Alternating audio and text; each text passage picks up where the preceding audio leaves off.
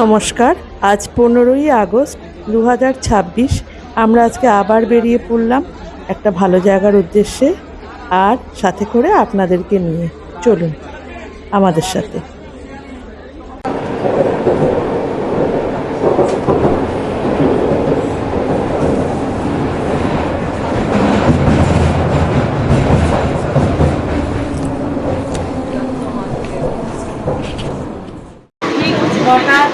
আমাদের ট্রেন যাত্রা শুরু করেছে।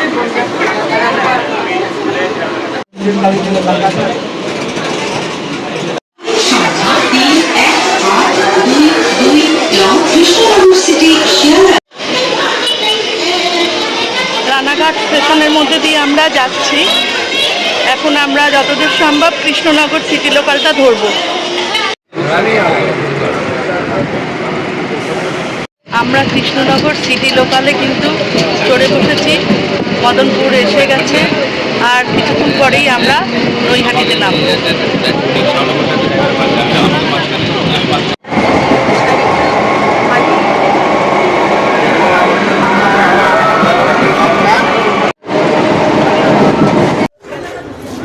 আমরা নৈহাটি স্টেশনে পৌঁছে গেছি। এবার বর্ধমান লোকাল ধরবো, যেটা ব্যান্ডেলের উপর দিয়ে যাবে। প্ল্যাটফর্ম নাম্বার 2-এ বর্ধমান লোকাল আসছে। চলুন।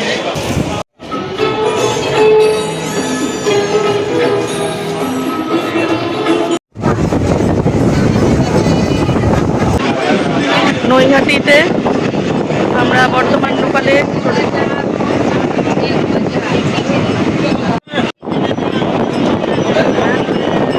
থেকে ট্রেন ছাড়লো। আমরা এবার ট্রেনে করে বর্ধমানে এই ব্যান্ডেলে গিয়ে নামছি, হুগলিঘাটে গিয়ে নামছি। ট্রেনে একদিনে অল্প ডিস্টেন্সে 3টে ট্রেন চেঞ্জ করতে হলো হুগলিঘাট স্টেশন। ওই যে যতদূর সম্ভব, ওই যে দূরে ইমামবাড়া দেখা যাচ্ছে, আমরা ওখানেই যাব। চলে এসেছি হুগলিঘাট স্টেশনে। হুগলি ইমামবাড়া।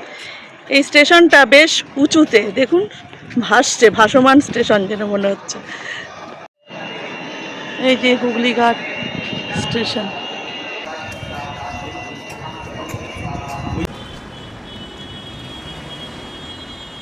পুরনো স্টেশন চত্বর।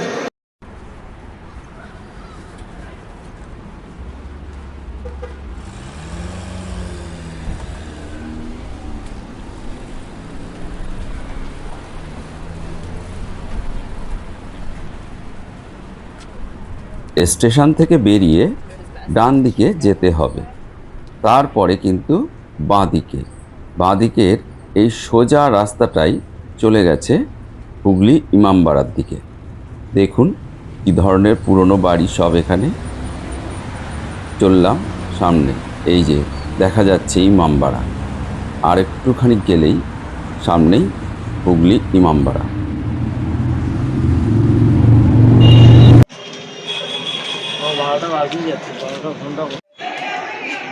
আমরা ইমামবাড়ার পাশে পৌঁছে গিয়েছি, সামনেই কি বিরাট প্যালেসিয়াল বিল্ডিং! অনেক জায়গা জুড়ে এই ইমামবাড়াটি অবস্থিত। এই যে গেট দেখা যাচ্ছে, এই গেট দিয়ে আমাদের প্রবেশ করতে হবে।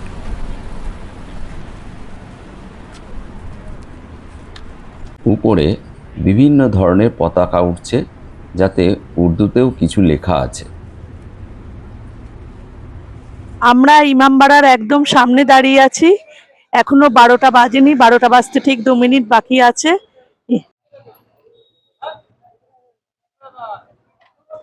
হুগলি পৌরসভার অন্যতম স্থাপত্য ইমামবাড়া, সেই ইমামবাড়ার সামনে আজকে আমরা। আসুন এইবারে আমরা ঢুকবো ইমামবাড়ার ভেতরে, সাথে আপনাদেরকে নিয়ে।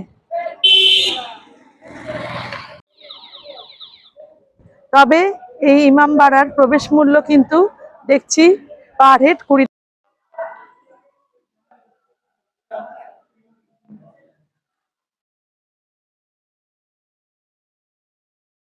টিকিট কাটা চলছে। এখন আমরা দেখব প্রবেশ মূল্য পার হেড 20 টাকা করে।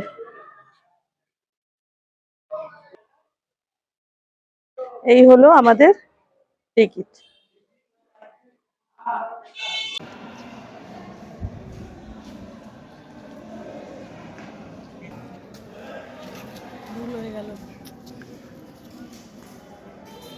প্রথমে আমরা প্রবেশ করতে চলেছি হামাম অর্থাৎ স্নানঘর।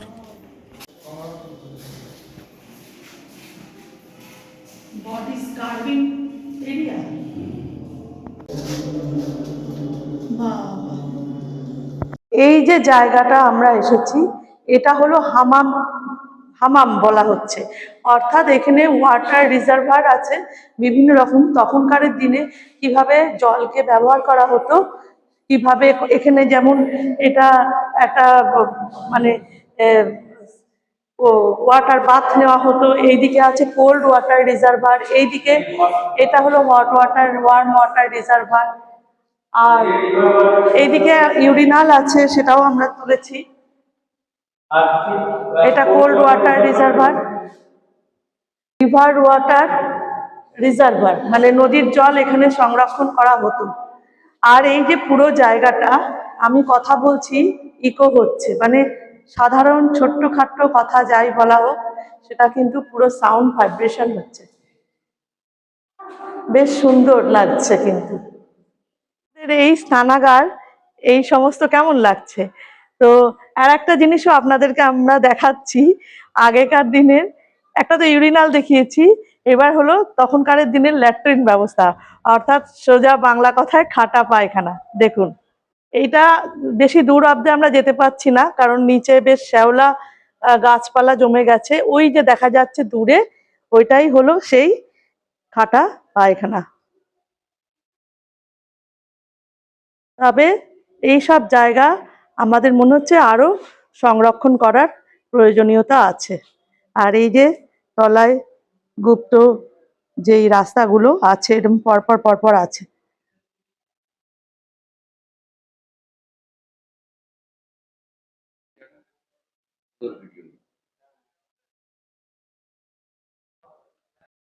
ইমামবাড়ার ভিতরে আমরা চলে এসেছি। আমরা ঘুরে ঘুরে এখন সবটাই দেখব। আর এটা সম্পর্কে বলি, হাজী মোহাম্মদ মহসিন, যার সম্পর্কে এখানে লেখা আছে 1841 সালে এই ইমামবাড়ার নির্মাণ শুরু হয়েছিল এবং 1861 সালে এর নির্মাণ কার্য শেষ হয়েছিল। অর্থাৎ দীর্ঘ 20 বছর লেগেছিল এই পুরো স্থাপত্যটা তৈরি করতে।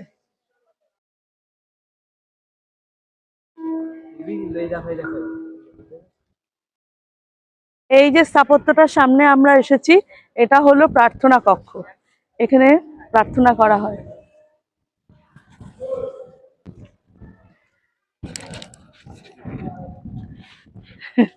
এই প্রার্থনা করার আগে এটা হলো অজু করার জায়গা, অর্থাৎ পা ধোয়ার জায়গা। এবার প্রার্থনা কক্ষটা দেখতে যাচ্ছি, যেখানে ছবি এবং ভিডিও করা নিষেধ।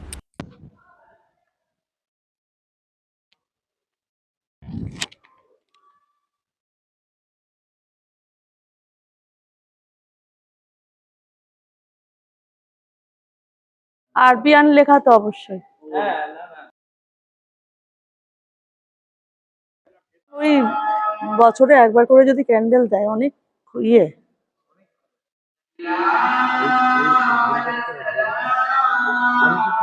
ওই ঘড়িটা তো জানি না, ওটাই হচ্ছে, ওই উপরে হচ্ছে কোথাও। ওই যে মাইকটা। চলেছি সূর্য ঘড়ি, সূর্য ঘড়ি দেখতে। এই যে সূর্য ঘড়ির জায়গায় যাচ্ছি।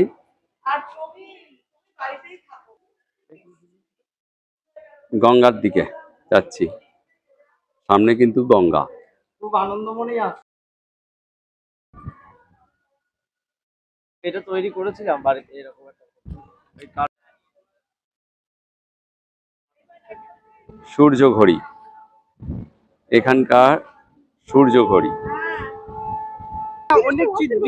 এটা তো হবে যদি সিকিউরিটি যদি না থাকে তাহলে তো হবে। বলতে দে ভাই। সিকিউরিটি দরকার। এদিকটা পূর্ব দিক, পূর্ব দিক থেকে এই হচ্ছে ছায়া পড়বে এখানে ভোর 5টার সময়। তারপরে এর ছায়াটা আস্তে আস্তে ছোট হতে থাকবে, যত ছোট হবে ছোট হতে হতে ছায়াটা যেমন যাবে তেমনই টাইম শো করবে। আর দুপুর 12টার সময় ছায়া একদম এর তলায় থাকবে। আবার যখন বিকেলবেলায় যখন সূর্য ঘুরে যাবে তখন ছায়া আবার ওদিকে পড়তে থাকবে, আর শেষে বিকেল 6টার সময় বন্ধ। তাহলে দেখা যাচ্ছে পুরোটাই বৈজ্ঞানিকভাবে তৈরি এটা। আর আগে যেটুকু শুনলাম একজন কাকুর কাছ থেকে, যেটা আগে পিতলের ছিল, কিন্তু এটা আমফান ঝড়ের সময় চুরি হয়ে গেছে। তো খুবই ভালো লাগলো, সূর্যের আলো থাকলে আমরা একটু ভালো বুঝতে পারতাম। স্পষ্ট তো বোঝা যাচ্ছে এখন 1:45 বাজে, তো ছায়াটা ঠিক সেইভাবেই, দেখো ছায়াটা ঠিক সেইভাবেই আছে। এইবারে দেখুন এখন ঠিক 1:45 বাজে, একদম ছায়াটা ঠিক সেইরকম ভাবে কাটায় কাটায় আছে। একটা বাজলেই এই যে একদম 1:45 রয়েছে, এই যে এই পর্যন্ত আসলে 1টা বাজবে। একটা বেজে যাবে। না, আমরা 1টা বাজতে দেবো না এখন। বিজ্ঞানের এই জিনিসটাকে একটা বেজে গেলেই তো এইভাবেই বিজ্ঞান আস্তে আস্তে অগ্রসর হয়েছে। চলে এলাম গঙ্গার ধারে। এই হচ্ছে গঙ্গা, তার নিচে নামছি না, তবে নামা যায় এখান থেকে। এখন ভাটা চলছে, আর কিছুক্ষণ পরে জোয়ার যখন আসবে তখন জল অনেকটা চলে আসে। একদম গঙ্গার ধারে আমরা দাঁড়িয়ে আছি, বয়ে চলেছে বিস্তীর্ণ গঙ্গা স্রোত। এখন এদিকে চলেছে, ভাটা চলছে।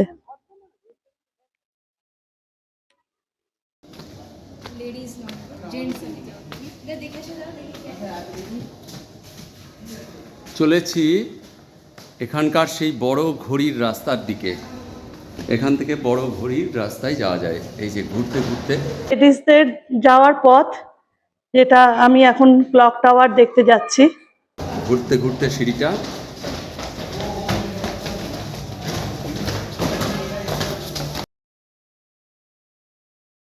বুঝতেই পারছি অনেক সিঁড়ি অতিক্রম করতে হবে।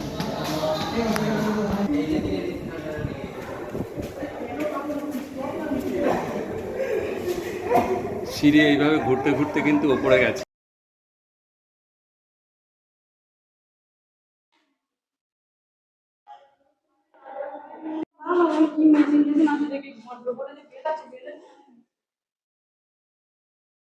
আমি একদিক দিয়ে উঠছি আর অভিজিৎ আর প্রিয়জিৎ আর একদিক দিয়ে উঠছে।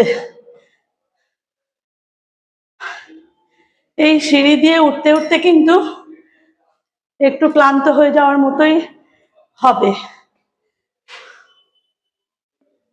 ওই যে দেখা যাচ্ছে ওরা ওই পথ দিয়ে, অভিজিৎ আর প্রিয়জিৎ। এটা ঘন্টা ঘর, এই যে ভেতরে বড় ঘন্টা আছে। এই হচ্ছে সেই ঘন্টা, যে ঘন্টা হচ্ছে ঘড়ির সাথে বাজে। ওই যে ওই দরজার ওইদিকে পিউ রয়েছে। আর এই ঘড়িটা চালাতে অর্থাৎ দম দিতে 2জন লোক লাগে, কারণ এর চাবিটার ওজন 20 কেজি। এই ঘড়ি টাওয়ারের উপরে যেখানেই এইসব একটা ঐতিহাসিক স্থাপত্যে মানুষজন এমনই যে লিখে লিখে লিখে লিখে স্থানের যে গুরুত্বটাকে নষ্ট করার চেষ্টা করছে। পর্যন্ত এখানেও নিচটাও পর্যন্ত নোংরা হয়ে রয়েছে, এখানে বিড়ির প্যাকেট ফেলে রেখে দিয়েছে, যেটা দেখতে অসহ্য লাগে জীবনে। কিন্তু এখানে আবার সুন্দর গঙ্গাটা দেখা যাচ্ছে। আমি মনে করি এই স্থানের একটা ভালো রক্ষণাবেক্ষণ প্রয়োজন।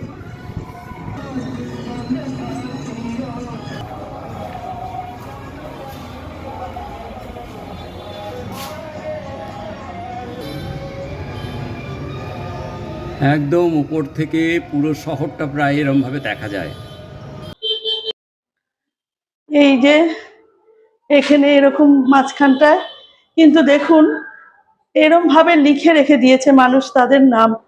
এটা কি ঠিক? এটা তো একটা স্থাপত্য, এখানে আমরা কেন এরকম লেখা লিখে রাখবো? এটা তো আমাদেরই সম্পদ, একটা বহু পুরনো ইমারত, সেখানে আমরা নিজের নাম খোদাই করে রেখে দিচ্ছি। এটা তো মোটেই ভালো কাজ নয়।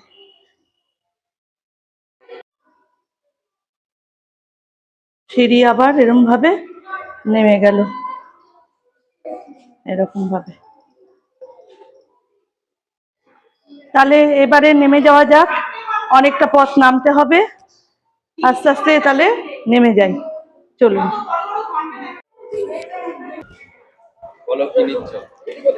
আমরা ইমামবাড়া থেকে বেরিয়ে গেছি, এই স্মৃতি হিসাবে একটা আতর আর এটা একটা ব্যাচ নিলাম আর কি, এখানকার ধর্মীয় স্মৃতি হিসাবে নিলাম।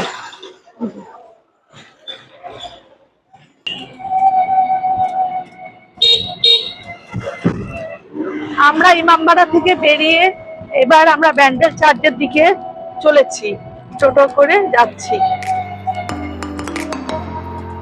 আমি অভিজিৎ। আমি পিউ। আমি প্রিয়জিৎ। আমরা ঘুরে বেড়াচ্ছি বিভিন্ন জায়গায়, সাথে আপনাদেরকে নিয়ে। আর সেই সমস্ত ভিডিও করে আমরা এই চ্যানেলে দিচ্ছি।